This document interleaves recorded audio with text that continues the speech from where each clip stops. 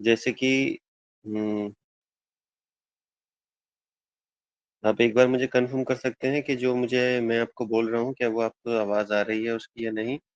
और मैंने एक व्हाइट बोर्ड आपके साथ शेयर किया है, आप मुझे चैट बॉक्स में लिख के बता सकते हैं कि आपको व्हाइट बोर्ड भी विज़िबल है और मेरी जो वॉइस है, वो भी आपको विज़िबल है। एक तरीके से क्या है, ऐसे करने से कन्फर्म हो जाता है कि भई जो चीज़ें हम कर रहे हैं, वो आपको विज़िबल है या नहीं। नहीं तो ऑनलाइन क्लास का कोई पर्पज़ ही नहीं रह जाता। मैं आपका बिल्कुल टाइम वेस्ट नहीं करना चाहता इन चीज़ों में। लेकिन एक बार कन्फर्मेशन हो जाएगी तो फिर हम आगे बढ़ेंगे, ठीक है? उबैदुल्ला, शाहिदा बानो, इन दोनों ने मुझे कन्फर्म किया है कि व्हाइट बोर्ड भी विज़िबल है और मेरी वॉइस भी विज़िबल है। वेरी गुड, चलिए आप लोगों का स्वागत है आज की क्लास में। मैं कैड अकेडमी की तरफ से आप लोगों की आज एक क्लास होगी, जिसको हम बोलेंगे रीजनिंग की क्लास। बस मैं एक बार और आपसे पूछूंगा कि जो भी कुछ मैंने इस व्हाइट बोर्ड पर लिखा, क्या वो आपको विजिबल है? कोई भी एक बच्चा कंफर्म कर सकता है, और कंफर्म करने के बाद हम उसको बिल्कुल। चलिए, वेरी गुड। तो आप देखिए, हम सारी जो है काम की बातें करेंगे, कोई ऐसी दिक्कत नहीं है। और आज हम देखेंगे कि क्या क्या चीज़ें हमें करनी है। रीजनिंग की क्लास आज हमारी स्टार्ट होगी। रीजनिंग की क्लास में आप सब लोग कहीं ना कहीं, ये एक एनरोलमेंट आया है अभी नया, उनको हम अलाउ कर दिया है, क्लास स्टार्ट हो चुकी है। हाँ, तो देखिए, ये आज रीजनिंग की पहली क्लास है और आज मैं पढ़ाऊंगा आपको कुछ नहीं रीजनिंग का। क्या आप ये सोचे हो कि आज रीजनिंग हम पढ़ेंगे और आज ही हम रीजनिंग में सब कुछ पढ़ लेंगे? तो आज मुझे ना रीजनिंग में आपको रीजनिंग का कोई पार्ट नहीं पढ़ाना है, मैं आपको स्पेशली बताऊं। आज बेसिकली क्या है, ये एक इंट्रोडक्टरी क्लास है। आज आपको मैं एक इंट्रोडक्शन दूंगा, अपना नहीं। आप मेरे इंट्रोडक्शन को जानने की तो कोई ज़रूरत नहीं है, कैड अकेडमी को आप बहुत पहले से जानते हैं।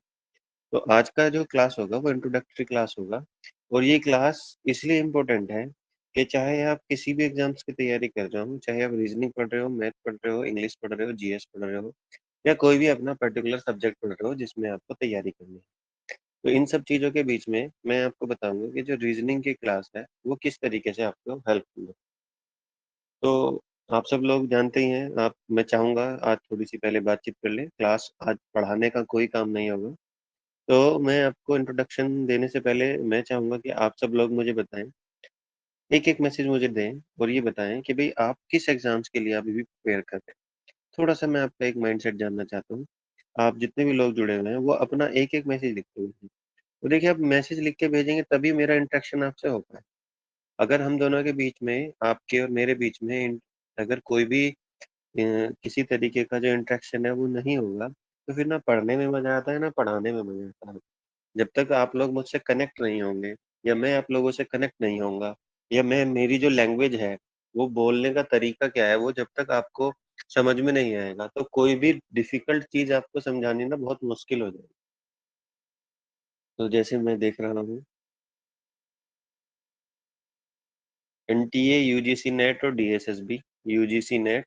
हुँ, और ये जोया भी, ये कौन सी लैंग्वेज में आपने लिखा? नी टूर, अच्छा, उसके बाद लिखा एनटीए, यूजीसी नेट और डीएस।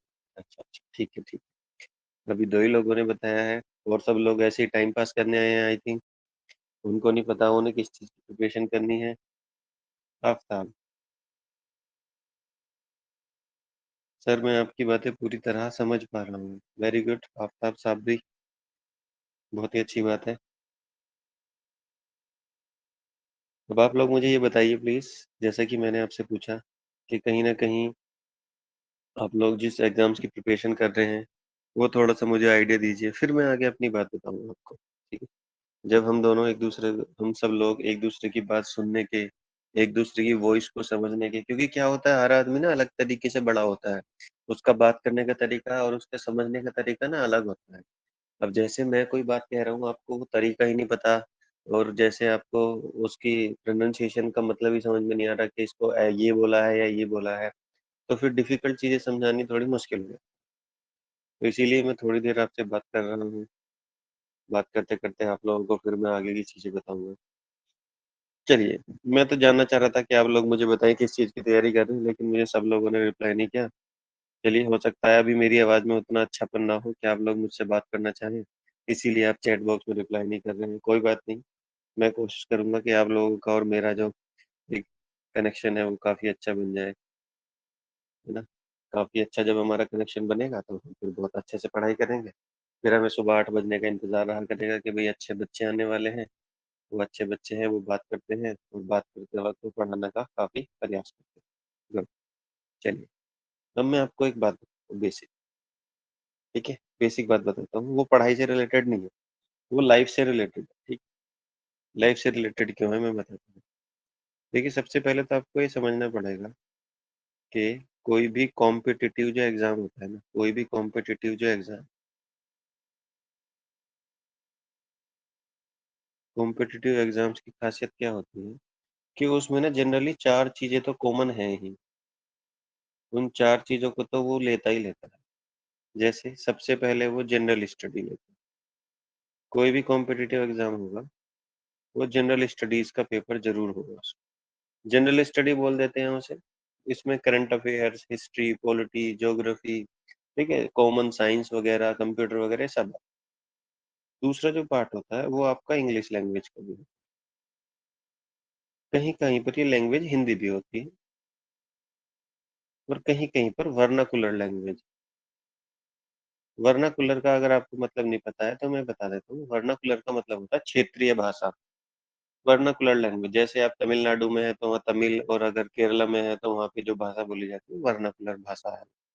वर्नाकुलर भाषा का मतलब होता है क्षेत्रीय भाषा। जैसे अगर आप यूपी में हैं, तो यहाँ की क्षेत्रीय भाषा हिंदी है, ठीक है? तो इस तरीके से वर्नाकुलर लैंग्वेज जो भी है, वो एग्ज़ाम होगा उसका एक पक्का। आप स्टेट बॉडी का जहाँ भी एग्ज़ाम दोगे, जैसे यूपी में दोगे तो हिंदी का देना पड़ेगा और अगर किसी और स्टेट में दोगे तो वर्नाकुलर लैंग्वेज देना पड़ेगा और इंग्लिश तो हो भी सकती है कि वो हिंदी के साथ भी और किसी अन्य लैंग्वेज के साथ। थर्ड पार्ट जो आता है, वो आता है रीज़निंग और फोर्थ पार्ट जो आता है, वो आता है मैथमेटिक्स। ये तो कॉमन है। इसके अलावा आप कोई भी कॉम्पिटिटिव एग्ज़ाम दे रहे हैं, वो उसमें उसकी कैटेगरी आ जाती है। जैसे सपोज़ कीजिए आप एसएससी के लिए जा रहे हैं, तो उसमें चारों एग्ज़ाम्स आएँगे। आप यूजीसी के लिए जा रहे हैं, तो उसमें ये चारों चीज़ें आएँगी ही आएँगी। इसके साथ ये हो सकता है कि आपको कॉम्पिटिटिव एग्ज़ाम्स में अपना सब्जेक्ट भी प्रिपेयर करना पड़े, ठीक है? सब्जेक्ट प्रिपेयर करना पड़े, ओके? तो जो सब्जेक्ट है आपका, चाहे वो हिस्ट्री है, चाहे वो ज्योग्राफी है, मैथमेटिक्स है, उर्दू है, एनीथिंग जो भी है, ठीक? थैंक यू जो है, राइटिंग नाइस है तो, मैं बहुत अच्छा लगा मुझे। ऐसे ही जब आप धीरे-धीरे सारी चीज़ें आपको अच्छी लगें, मैं उम्मीद करता हूँ अपनी तरफ से बहुत अच्छा प्रयास करूँ आपको समझाने का। तो इंग्लिश, हिंदी वर्नाकुलर लैंग्वेज। अब आप मेरी बात को ज़रा ध्यान से सुनिएगा, अगर आप इधर-उधर ध्यान दे रहे हैं, तो प्लीज़ ध्यान से दीजिएगा, क्योंकि ये जो बात मैं बता रहा हूँ, ये दोबारा मैं आपको नहीं बताऊँ और दोबारा नहीं बताऊँगा, तो ये दोबारा शायद आपको पूरे अपने करियर में सुनने को भी ना मिले और सुनने को मिले, तो तब मिले जब आपको समझ में आए कि यार बहुत ज़्यादा देर हो चुकी है। तो बेसिकली ये 4 चीज़ें हैं general studies, English, Hindi, reasoning और मैथमेटिक्स। ये आपकी 4 चीज़ें आपको पता है। अब देखिए किसी भी कॉम्पिटिटिव एग्ज़ाम्स को क्रैक करने के लिए जो बेसिक कॉन्सेप्ट है वो आप समझिए।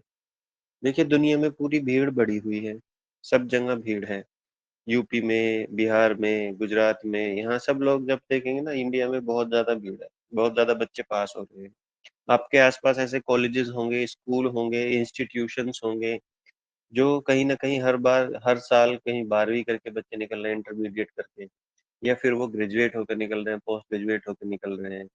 तो अब वो कहते हैं कि यार हमें कैसे पता चले कि कौन बच्चा ऐसा है जिसे हम कुछ सिखाना चाहेंगे, वो सीख जाएगा। आप मत करिए, आप अपने आप को स्टूडेंट की तरह जगह पर मत रखिए। आप अगर कोई एग्ज़ाम क्रैक करना चाह रहे हैं, जैसे सपोज़ कीजिए आप डीएसएसबी में, डी ट्रिपल एसपी में कहीं न कहीं आप टीचर बनना चाह रहे हैं। अगर आप टीचर बनना चाह रहे हैं, तो हमें ये देखना पड़ेगा कि भई हर बंदे को टीचर कैसे बना दें। हमको कहीं न कहीं ऐसा बंदा चाहिए, जो कहीं न कहीं उसे हम कोई अगर गाइडेंस दें या उसको कोई चीज़ समझाना चाहें, तो वो कहीं न कहीं उस चीज़ को समझ सके। अगर वो ऐसे बंदों को भर लें, जैसे सपोज़ कीजिए, कोई दिमाग से मेंटल है, मेंटली क्या है वो डिस्चार्ज है या रिटायर्ड है। मेंटली रिटायर्ड वो बंदे होते हैं जिनकी सोचने-समझने की क्षमता खत्म हो चुकी होती है।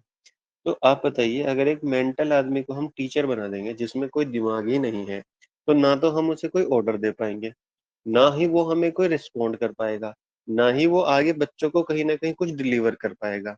यानी कि मैं ये कह सकता हूँ, यदि किसी की मेंटल कंडीशन ऐसी नहीं है, जिसको कोई ऑर्डर दिया जा सके, जिसको कोई बात समझाई जा सके या जिसको अपने आस-पास की चीज़ों के बारे में ना पता हो, तो वो ना तो आपके काम का है, ना किसी और के काम का है।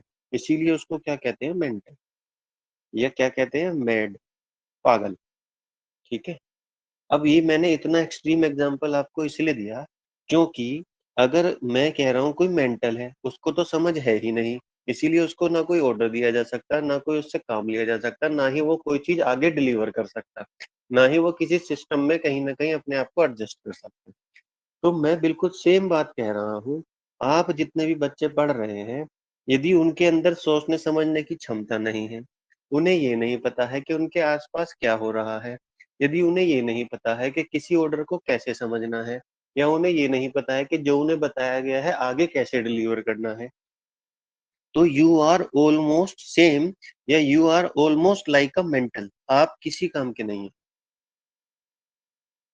भले ही आप दिमाग से रिटायर्ड नहीं हैं, लेकिन जो चीज़ें मैंने आपको अभी 1 सेकंड पहले बोली, आप यदि उन चीज़ों को कर नहीं सकते, तो यू आर ऑलमोस्ट मेंटल।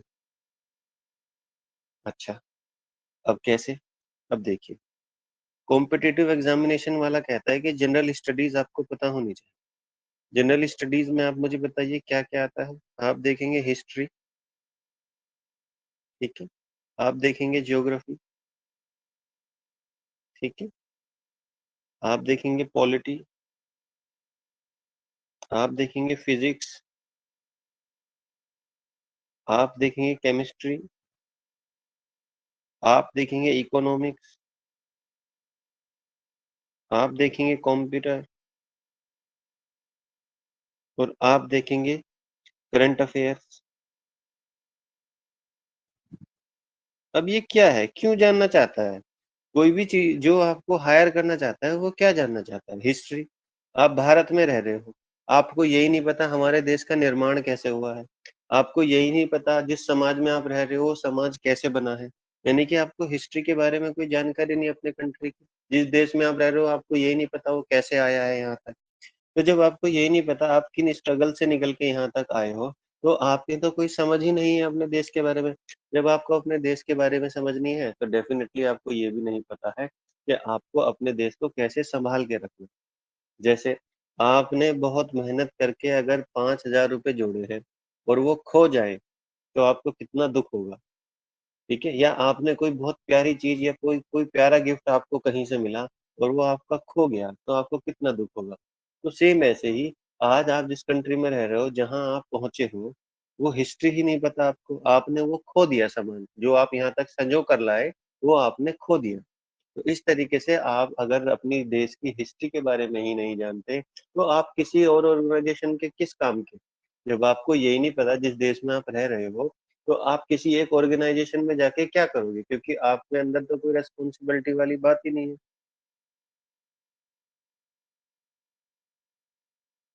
समझे?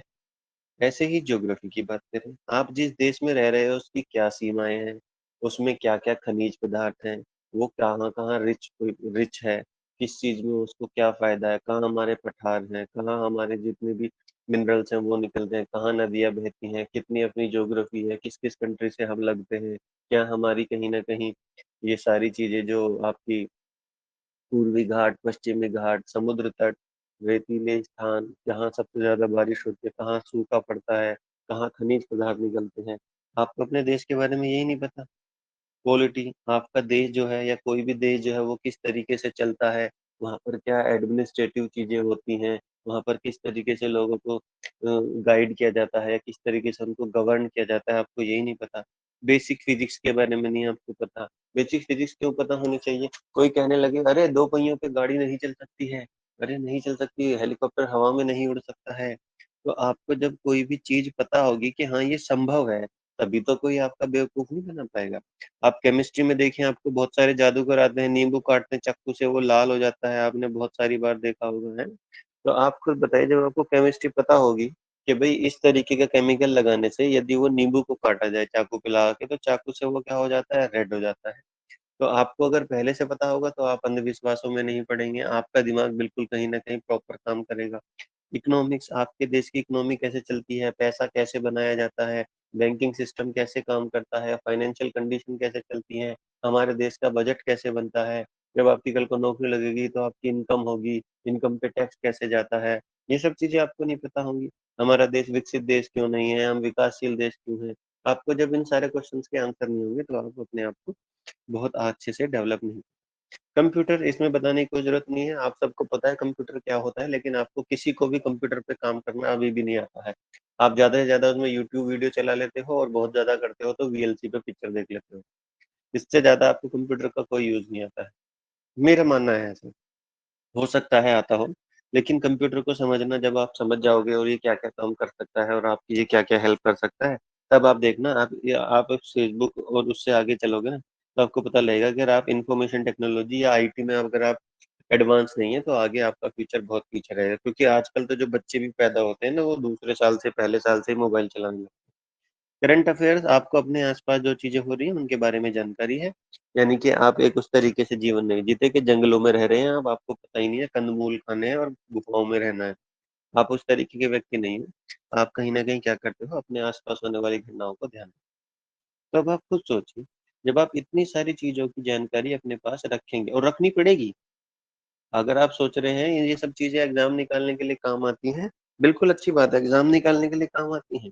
लेकिन जब आप जाओगे और समाज में बैठोगे उठोगे, और जब वहां पर आपको बताया जाएगा कोई गलत बात हो रही होगी और आपको सही जानकारी होगी हिस्ट्री की, ज्योग्राफी की, पॉलिटी की, फिजिक्स की, केमिस्ट्री की, इकोनॉमिक्स की, कंप्यूटर की, करंट अफेयर की, तो कोई आपको बेवकूफ नहीं बना पाएगा।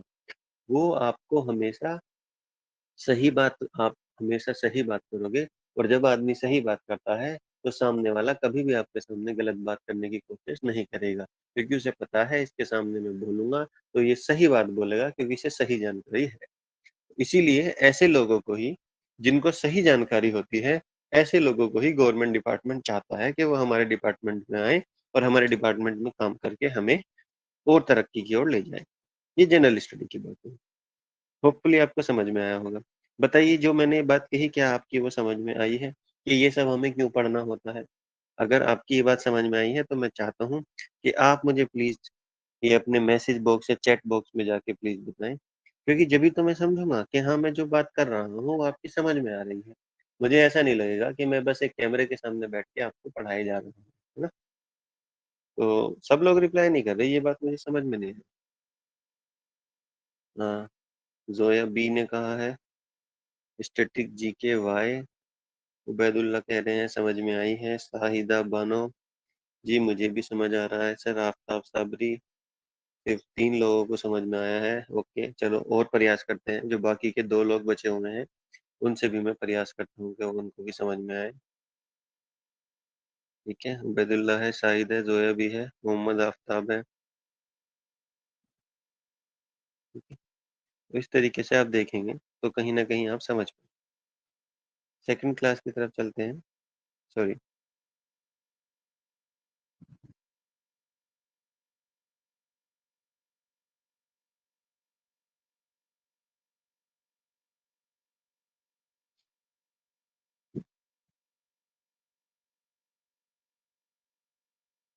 Thank you Aftab. मैं चाहता हूँ आपको हमेशा ऐसे ही अच्छा महसूस होता रहे। अब चलिए दूसरी बात करते हैं। अब बात करते हैं इंग्लिश की। इंग्लिश इंग्लिश की बात इसलिए जरूरी है, देखिए, पहले तो मैं आपको बता दूं, सब लोग अपनी लोकल लैंग्वेज में बात करते हैं, सब कुछ अच्छा है, कोई दिक्कत नहीं है। इंग्लिश ऐसा नहीं है कि इंग्लिश के बिना सर्वाइवल मुश्किल है, नामुमकिन है, या कोई भी ऐसी बात है। लेकिन देखिए, जिस तरीके से आज आप चीजें देखते हैं कहीं पर भी, चाहे वो इंटरनेट है, चाहे वो सोशल मीडिया है, आप देखेंगे दोनों ही जगह, हालांकि वर्नाकुलर लैंग्वेज यानी कि जो क्षेत्रीय भाषा है, उसमें कहीं ना कहीं उसमें कहीं ना कहीं सारी लैंग्वेजेस अब क्या है, आ चुकी हैं। लेकिन फिर भी जनरली मैंने भी देखा है और आप लोग भी महसूस करते होंगे कि इन सारे प्लेटफॉर्म को, चाहे वो किसी भी तरीके का प्लेटफॉर्म हो, उसको आप ना कहीं इंग्लिश में ही यूज करना चाहते हैं। ठीक है, इंग्लिश में ही यूज करना चाहते हैं क्योंकि थोड़ा कन्वीनियंट लगता है। ये तो हुई एक बेसिक। लेकिन मैं आपको बताऊं, आप जब गवर्नमेंट डिपार्टमेंट में जाएंगे, किसी भी गवर्नमेंट डिपार्टमेंट में जाएंगे, तो गवर्नमेंट डिपार्टमेंट में जाने का मतलब है कि गवर्नमेंट तो पूरा ओवरऑल कहीं ना कहीं क्या है, पूरी इंडिया को रिप्रेजेंट करती है, और पूरी इंडिया में सिर्फ हिंदी नहीं बोली जाती, पूरी इंडिया में सिर्फ पंजाबी नहीं बोली जाती, पूरी इंडिया में सिर्फ तमिल नहीं बोली जाती, और पूरी इंडिया में सिर्फ मैथिली नहीं बोली जाती, है ना? समझे आप मेरी बात? तो पूरी इंडिया में जब आप गवर्नमेंट है तो गवर्नमेंट तो ऑल ओवर इंडिया है, ऐसे तो है नहीं यूपी में है बिहार में नहीं है, सब जगह है। और जब सब जगह है तो कहीं ना कहीं एक हमको ऐसी लैंग्वेज की जरूरत होती है जो कनेक्ट करे। और इंग्लिश को सिर्फ मैं इसलिए ही प्रेफर करता हूँ क्योंकि ये कनेक्टिंग लैंग्वेज है। ये कैसी लैंग्वेज है my dear? Connecting language. Connecting language का मतलब है कि ये जोड़ती है किसको? ऑल ओवर वर्ल्ड को, ऑल ओवर वर्ल्ड को ये कनेक्ट करती है। और जब कनेक्ट करने वाली लैंग्वेज है तो आपको उसका बेसिक अंडरस्टैंडिंग बिल्कुल होना चाहिए, ठीक है? कनेक्ट करने के लिए आपको कनेक्टिंग वाली लैंग्वेज को आना चाहिए। अगर आप इंडिया में भी पोस्टेड हैं, चलिए आज आप किसी छोटी पोस्ट पे कहीं ना कहीं पहुंचे, और आप हो सकता है सिर्फ यूपी में ही पोस्टेड रहे, तो हो सकता है आपका हिंदी में काम हो जाए। लेकिन अगर आपका आगे का 30 साल का 35 साल का करियर है, और आप इस लेवल पे पहुंच गए कि आपकी पोस्टिंग ऐसी जगह हो गई जो ऑल इंडिया लेवल की है। कैसी है? ऑल इंडिया लेवल की है। तो ऑल इंडिया लेवल की जब पोस्टिंग हो जाएगी तो आपकी पोस्टिंग कहाँ होगी आपको भी नहीं पता है। हम्म। जब आपको यही नहीं पता आपको कहाँ जाके रहना पड़ेगा, इसीलिए फिर आपको वहां पर एक कनेक्टिंग लैंग्वेज की जरूरत पड़ती है, जो बेसिकली क्या होती है? इंग्लिश। इंग्लिश आनी क्यों चाहिए? देखिए जैसे मैं आपको बताऊं, मैंने आपको लिखा आई हर्ट, आई हर्ट। अब इसका मतलब मुझे कोई बता सकता है कि आई हर्ट का मतलब क्या है? आप मुझे चैट बॉक्स में या मैसेज में जाके बताइए कि मैंने एक वर्ड लिखा आई हर्ट, आई हर्ट का क्या मतलब है? आप में से मुझे कोई भी व्यक्ति, आई हर्ट।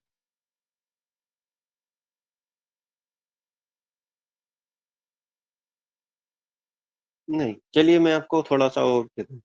आप में से कोई एक एक व्यक्ति करके, चलिए मैं नाम देता हूँ आपको। आप है ना, चलिए मैं, एक सेकंड दीजिए। एक है आई हर्ट, एक सेंटेंस है आई एम हर्ट। दो चीज, I hurt, I am hurt. ठीक है? अब मैं आप लोगों को बोल रहा हूँ, जिसको मैं बोलूंगा वो अपना माइक ऑफ करेगा और पहले वो मुझे इन दोनों बातों का मतलब समझाएगा, बाकी सब लोग ध्यान से सुनेंगे। ठीक है?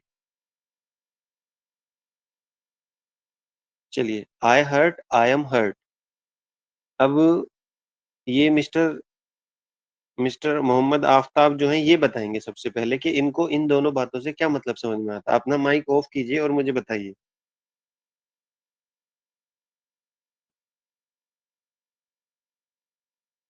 जी बताइए।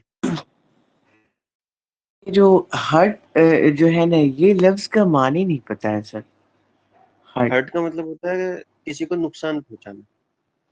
अच्छा, तो आई हर्ट इसका मतलब है नुकसान पहुंचाता हूँ, और आई हम्म। एम हर्ट मुझे नुकसान पहुंचाया जाता ओके ठीक है, थैंक यू। अब आप अपना माइक ऑफ कर लीजिए। जोया अभी आप बताइए, आई हर्ट, आई एम हर्ट, इन दोनों का क्या मतलब है? आफ्ताब ने बिल बताया, अब आप बताइए। जोया बी, आपको मेरी आवाज आ रही है, या आप कहीं ना कहीं लाइव क्लास लगा के कहीं बैठ गए हैं, आपको नींद आ गई है? अच्छा चलिए, जी बताइए। Good morning sir. Very good morning, sir, very good I am hurt मतलब मुझे दुख हुआ, मैं दुखी हूँ। I morning. Am hurt. और हम्म। आई हर्ट मुझे दुख है। ओके सर, ठीक। बस बस ठीक है, यही जानना था मुझे, और कुछ नहीं जानना है। मैं कुछ आपको यहाँ पे कोई टेस्ट नहीं दे रहा हूँ, जस्ट कि मैं आपकी एक अंडरस्टैंडिंग बिल्डअप करना चाहता हूँ। Okay, thank you. शाहिद आप बताइए अब आप, शाहिद आप बताइए। शाहिदा, सॉरी, शाहिदा, आपको बुरा लगा? हम्म। अब आप दोनों का बताइए, माइक ऑफ करके दोनों का बताइए। शाहिदा, आपने एक का तो बता दिया है, I hurt, I am hurt. Hello Shahida, आप शायद, मुझे लग रहा है अभी व्यस्त हैं। ओके,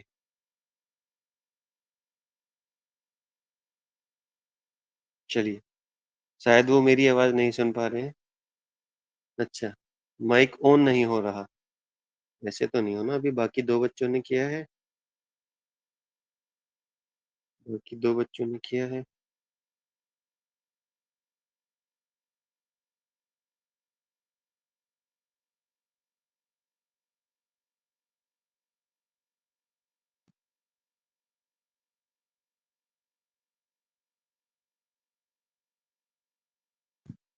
चलिए, नहीं हो रहा है। हो गया है, बताइए शाहिदा बानो।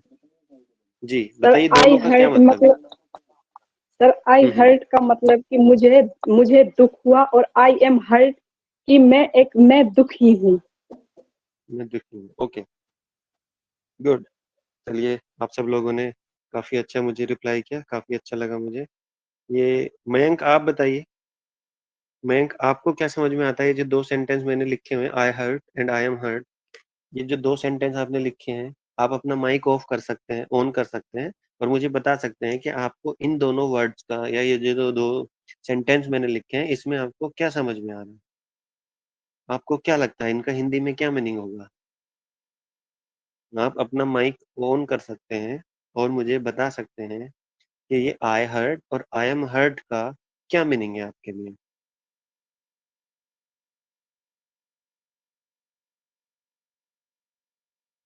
मयंक, मेरी आवाज सुन पा रहे हैं आप।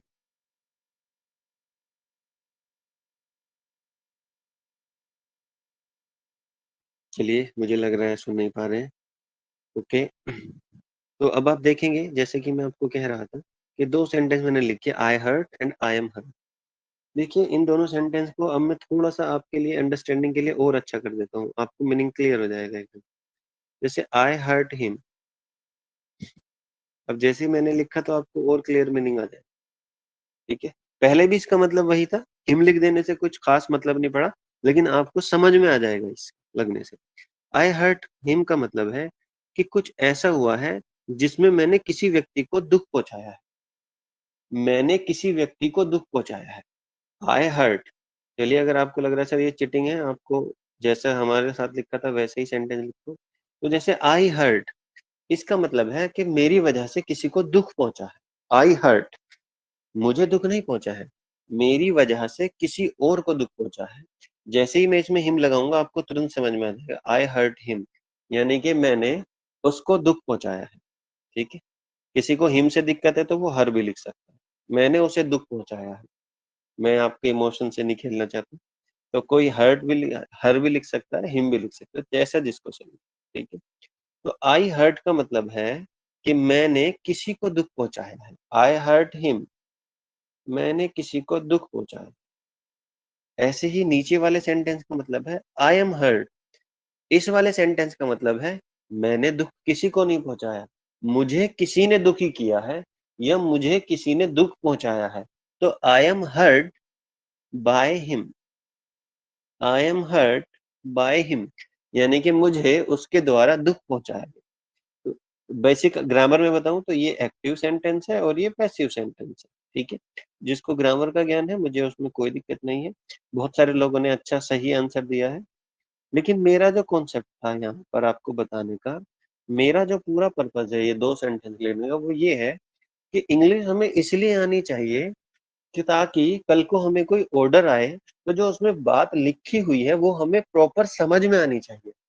क्योंकि अगर आई हर्ट का मतलब ये समझ लूं कि मुझे दुख पहुंचाया, तो बात उल्टी हो गई, जबकि होना ये था कि दुख मैंने पहुंचाया किसी को।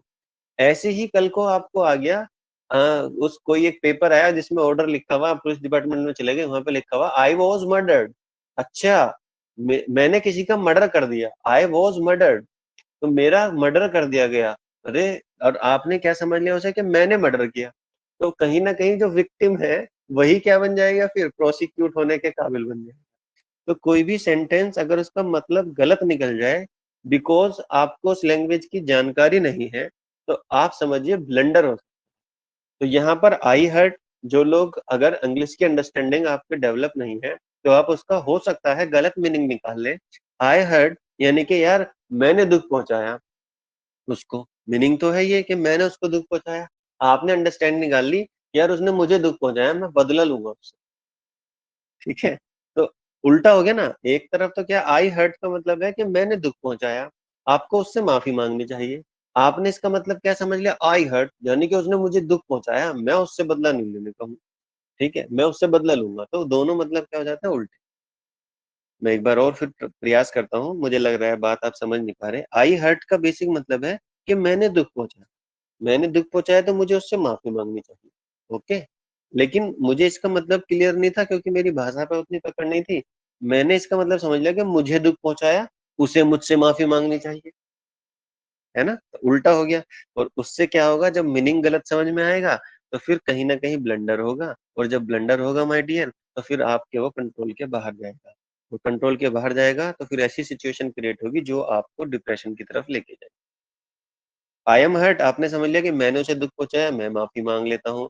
हुआ उसमें उल्टा है कि उसने आपको दुख पहुंचाया, उसे माफी मांगनी चाहिए। तो आप किसी डिपार्टमेंट के हेड हैं और आपको इंग्लिश की अच्छी समझ नहीं है, उसने लिख दिया आई हर्ट, तो आपने समझा अच्छा उसने मेरे को दुख पहुंचाया, मुझे उससे माफी मांगनी चाहिए। जबकि हुआ उल्टा था, वो माफी मांग रहा था क्योंकि उसने दुख पहुंचाया था। इसीलिए इंग्लिश लैंग्वेज की जरूरत है। ठीक है, जैसे आप कहीं ना कहीं क्या है, अब आपने देखा एक ये वर्ड लिखा हुआ है पेशेंट। ठीक है, अब आपको पता है इसका मतलब क्या होता है, मरीज भी होता है, और ये पेशेंस है इसका मतलब धैर्य भी होता है।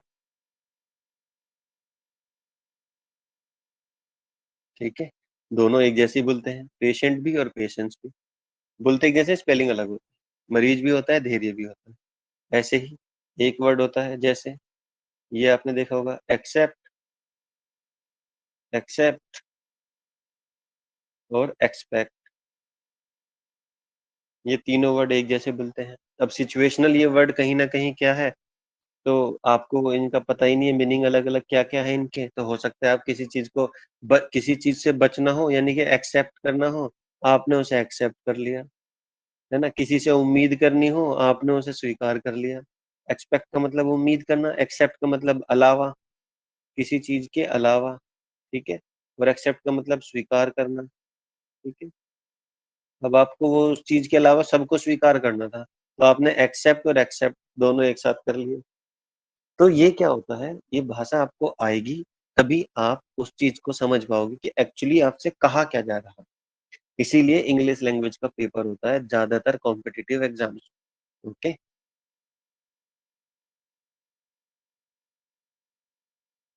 बिल्कुल सही था आफ्ताब आपका जवाब। कबूल करना सिवाय उम्मीद, बिल्कुल। मैं ये नहीं कहना चाह रहा कि आपको ये मतलब पता है या नहीं पता है ना, मैं तो आपको कॉन्सेप्ट डिलीवर कर रहा हूं। मैं ये नहीं कह रहा इतने आसान वर्ड लेके या कोई दो सेंटेंस लिख के मैं आपको जज नहीं कर रहा। आप इस बात को समझिए, प्रिंसिपल और प्रिंसिपल बिल्कुल साहिब बनो। एक का मतलब होता है आपको पता ही है जो स्कूल में होता है, और एक का प्रिंसिपल जो LE वाला है उसका मतलब होता है आपके जो सिद्धांत है।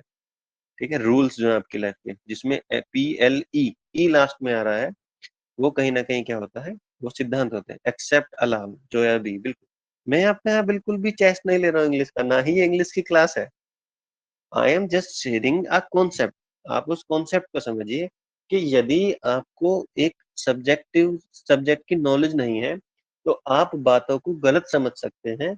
इसीलिए टेस्ट लिया जाता है आपका उस जॉब में आने से पहले कि भाई we are hiring a person who is capable, whether he or she is capable to perform the duties we will allow to him, or he won't or she won't be able to perform the duties we accept from him or her. That is why I am hereby delivering a concept to you that everything you prepare for your competitive examination, whether it is reasoning, it is English, it is mathematics, or it is general studies, all are compulsory part for your personality development. Just because you have ability to reason, to understand, and to deliver the things you are expected. That's why I am hereby telling you the concept that if you don't know the language, that may create a blunder to you, which will definitely or ultimately become a part of your disgrace. तो इसी तरीके से आपको कहीं ना कहीं आपको ये चीजें समझनी पड़ेंगी। अब आप देखिए, आपने कभी अपनी क्लास में 9, 10th, 11th, 12th में जितने भी एप्लीकेशन और एसेज लिखे हैं, वो सारे के सारे रट के लिखे हैं। अगर आप, वो आपकी गलती नहीं है, क्योंकि हमारे स्कूलिंग की फीस और स्कूलिंग का स्तर इतना गिरा हुआ है या इतना नीचे स्तर पे है, सबका नहीं कह रहा, ज्यादातर जो टियर 3, टियर 4, टियर 5 सिटीज के स्कूल्स हैं, वहां पर एजुकेशन का स्तर इतना नीचे है कि आपको आज तक यही नहीं बताया गया कि ये जो नील है और ये जो नील है, ये जो मात्राएं दोनों अलग अलग हैं, ये किस तरीके से प्रोनाउंस होनी है। आपको ये नहीं बताया गया कि आपने जो कढ़ा, कहीं ना कहीं खून है और कहीं ना कहीं ये जो खुद है, इन दोनों मात्राओं को कैसे प्रोनाउंस करना है, आपको यही नहीं पता। अब नील है या नील है, ये इनको कैसे बोला जाना है, खून है या खुद है, इन दोनों मात्राओं की वजह से बोलने में क्या प्रोनाउंसिएशन है, आपको नहीं पता। और ये आपकी गलती नहीं है। आपने अगर बचपन से एप्लीकेशन लिखी होती, बचपन से ऐसे आपके अंदर बिल्ड किए गए होते कि ऐसे लिखना होता है, तो आज आपको अंग्रेजी पढ़ने की जरूरत नहीं होती। क्योंकि अंग्रेजी का एग्जाम जो होता है वो मेमोरी का एग्जाम नहीं है, वो तो ये जानना चाहता है कि can you understand the things which are given to you in paper. आपको कोई ऑर्डर इंग्लिश में आ गया, अगर आप उसे समझ ही नहीं पाए तो उस पर एक्शन क्या लोगे। आपको इंग्लिश में ऑर्डर दिया गया कि जाइए उस एरिया में, जाइए उस एरिया में कहीं ना कहीं क्या है, भुखमरी आ रही है, वहां सबको खाना खिलाइए। आपने समझ लिया वहां पे बहुत ज्यादा खाना है, वहां से खाना लूट के लाइए। तो देखो कितना बड़ा ब्लंडर हो जाता है अगर आपको कोई लैंग्वेज की समझ नहीं है। इसीलिए जब आप स्टेट का एग्जाम देते हो तो वहाँ वर्नाकुलर लैंग्वेज का टेस्ट होता है पहले ही, कि आपको भाषा समझ में आनी चाहिए। चलिए, और ज्यादा समय नहीं लेते हुए, क्योंकि आपको, मुझे लगता है जो मैं डिलीवर करना चाहता था, जो मैं आपको समझाना चाहता था, वो आपने डेफिनेटली समझा होगा कि कोई भी एग्जाम में इंग्लिश का पार्ट क्यों लिया जाता है या किसी भी लैंग्वेज का पेपर क्यों लिया जाता है। ठीक है, थर्ड पे बात करते हैं, दैट इज मैथमेटिक्स। मेरी मैथमेटिक्स उतनी अच्छी नहीं है, लेकिन फिर भी मैं आपको कुछ प्रयास करता हूँ। देखिए, जैसे आपने बचपन से ये पढ़ा, a+b² तो इसे क्या लिखते हैं जी, a² + b² + 2ab।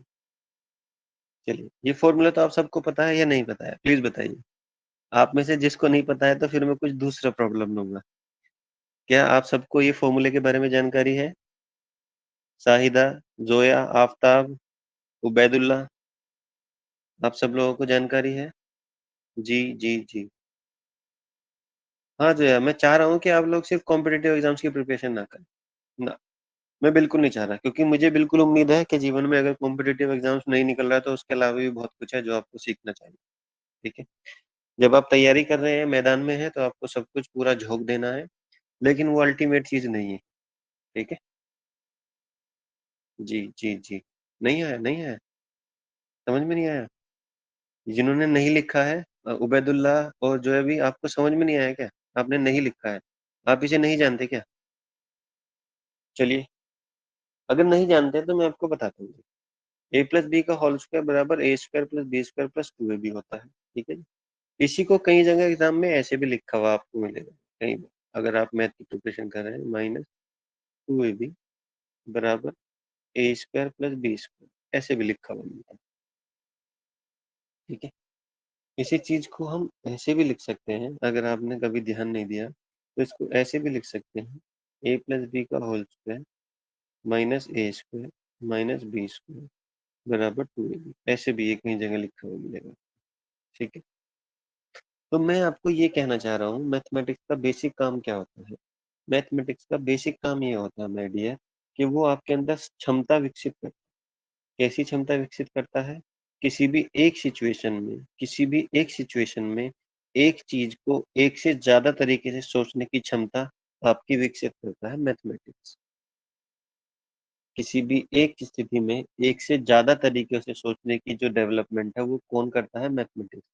यदि आपको लगता है कि आप एक ही सिचुएशन में एक से ज्यादा तरीके से सोच सकते हैं, तो डेफिनेटली आप, इसी वजह से क्योंकि आपका मैथ अच्छा है, या आप ऐसे लोगों के बीच में रहे हैं जिनकी मैथमेटिशियन एबिलिटी जो है, जो कहीं ना कहीं उनकी जो एप्टीट्यूड है वो उस तरीके का है कि वो प्रॉब्लम सॉल्विंग में यकीन रखते हैं। जैसे आप किसी रास्ते पे जा रहे हैं और आपकी बाइक या आपका जो व्हीकल है, वो कहीं न कहीं क्या हो गया है, पंक्चर हो गया है। तो जब आपकी बाइक या व्हीकल कहीं न कहीं पंक्चर हो गया है, तो अब देखिए अगर आपके पास एक से ज़्यादा सॉल्यूशन सोचने की क्षमता नहीं है, आपको नहीं पता जब पंक्चर हो जाता है तो क्या करना होता है। तो आप सपोज़ कीजिए आप ऐसी रोड पे जहाँ कोई हेल्प नहीं है, आपकी बाइक में पंक्चर हो गया और आपके दिमाग में कोई सॉल्यूशन नहीं आ सकता, आपका दिमाग कोई सॉल्यूशन नहीं सोच सकता, तो आप उस बाइक को लेके वहीं खड़े रहोगे, ठीक है? लेकिन यदि आप एक सिचुएशन में एक से ज़्यादा तरीके सोच सकते हैं, तो इट मीन्स कि आपकी मैथमेटिक एबिलिटी अच्छी है। जैसे आप पहला तरीका क्या सोच सकते हैं? आप आस-पास लोगों से बात कर सकते हैं, पंचर वाले की दुकान कहाँ है? जब आप उसमें पंक्चर लगवाएँगे, तो पंक्चर लगवा के आप उसे फिर से ठीक करके ले जा सकते हैं, पहला तरीका। दूसरा तरीका, आप आस-पास कोई रिलेटिव का घर है, तो रिलेटिव के घर जा सकते हैं, रिलेटिव के घर बाइक खड़ी कर सकते हैं और वहाँ सर्विस होने के बाद तब ले जा सकते हैं। तीसरा, आप कोई ऑटो ले सकते हैं, उस ऑटो में अपनी साइकिल को या बाइक को रख के उसको कहीं न कहीं सर्विस सेंटर ले जा सकते हैं। चौथा, आप किसी को फ़ोन कर सकते हैं, अपने घर से उसे वहाँ बुला सकते हैं कि आप यहाँ आइए मेरी हेल्प कीजिए। तो मैंने ये एक वैसी एग्ज़ाम्पल लिख दिए 3-4 कोई भी, आप कुछ भी सोच सकते हैं, इससे ज़्यादा भी सोच सकते हैं। तो ये आप खुद सोचिए क्या है?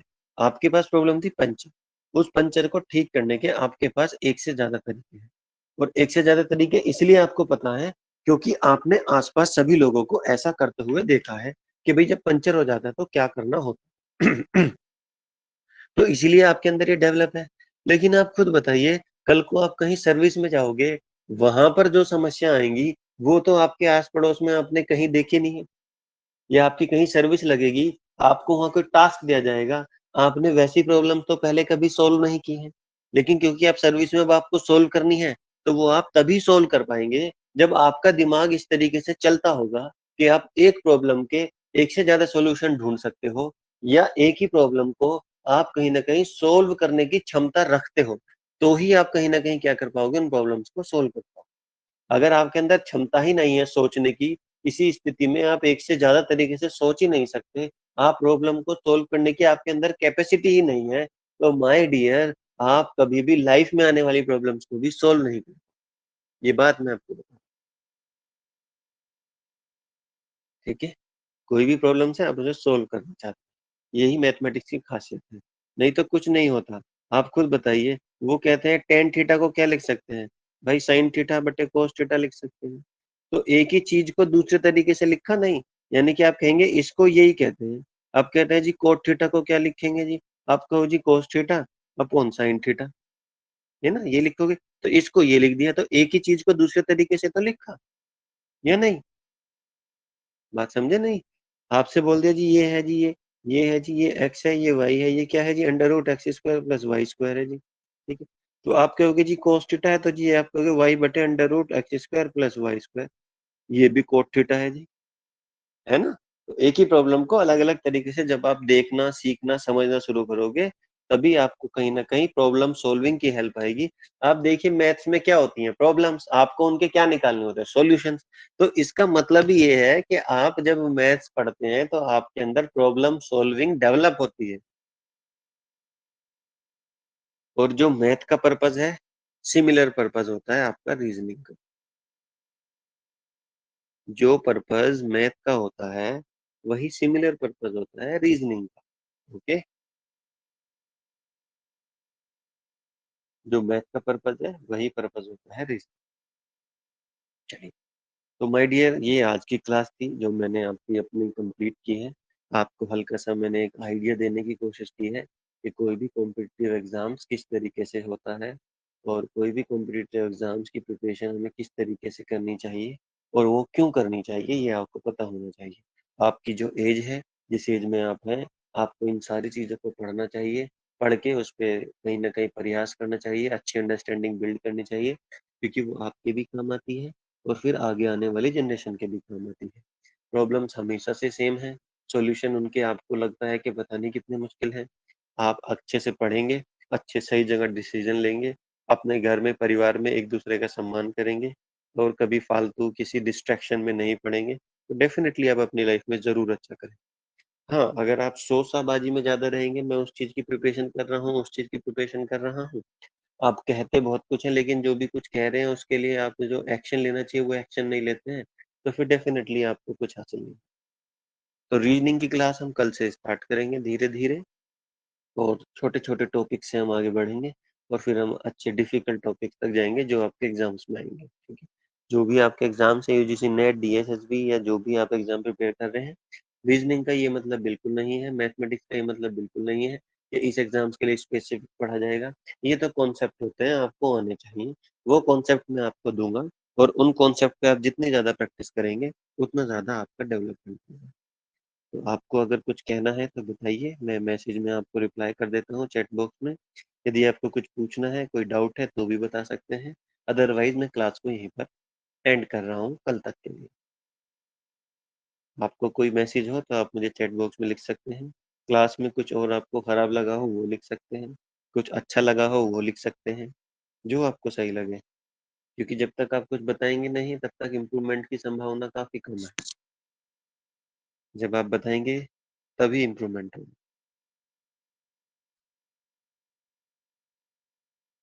शाहिदा, आफ्ताब, उबैदुल्ला, जोया बी, सब क्लियर है? आपको कोई डाउट, कुछ क्वेश्चन, कुछ भी आप पूछना चाहें? थैंक यू आफ्ताब, आपकी क्लास काफी बेहतर रही। शाहिदा बानो, नो डाउट, जो मैंने आपको समझाया वो आपको समझ में आना चाहिए, जो मैं आपको डिलीवर करना चाह रहा था। Everything is clear? Shahida, Zoya बी जी, क्लियर है? Okay, thank you my dear. अगर आपको फिर भी दोबारा से देखना हो तो इसका रिकॉर्डेड वीडियो आपको मिल जाएगा रिकॉर्डेड वाले सेक्शन में, वहां से आप दोबारा देख सकते हैं, कोई इशू नहीं। क्लियर है बिल्कुल। उबैदुल्ला, आपको मुझे लग रहा है शायद टेक्स्ट बुक काम नहीं कर रहा है, आप टेक्स्ट लिख नहीं पा रहे हैं आई थिंक। चलिए, गुड। ओके माय डियर, आज की क्लास हम यहीं पर खत्म करते हैं, मैं कल मिलूंगा आपसे 8 बजे। तब तक के लिए गुड डे। Thank you.